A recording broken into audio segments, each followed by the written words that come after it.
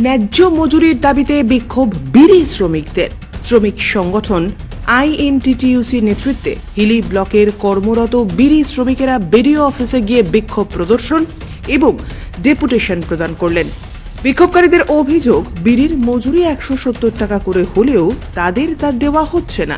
তাদের আরও অভিযোগ, সরকারি নিয়মে মজুরি দেওয়ার নিয়ম থাকলেও মালিক শ্রমিকদের মধ্যে কেউ তা মেরে দিচ্ছেন।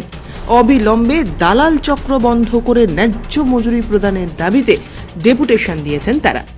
এ বিষয়ে তৃণমূল কংগ্রেসের শ্রমিক সংগঠনের জেলা সভাপতি নামিজুর ইসলাম কি জানালেন শোনাবো। 18 তারিখ হিলি ব্লকে আমরা বিডিও সাহেব এবং যারা আমাদের ইন্সপেক্টর আছে শ্রমিকের, তাদের সঙ্গে আমরা দেখা করতে এসেছি। গত 29শে অক্টোবর আমাদের দক্ষিণ দিনাজপুর জেলায় ডিএলসি অফিসে সমস্ত ইউনিয়নদের নিয়ে এবং বিড়ির মালিকদের নিয়ে একটা ত্রিপাক্ষিক বৈঠক হয়। সেখানে শ্রমিক পক্ষ, মালিক পক্ষ এবং আমাদের সরকার পক্ষ ছিল। সেই মিটিংয়ে দীর্ঘদিন ধরে আমাদের বিড়ি শ্রমিকরা 152 টাকা মজুরি পেতেন। সেখানে আমরা 200 টাকা দাবি রেখেছিলাম।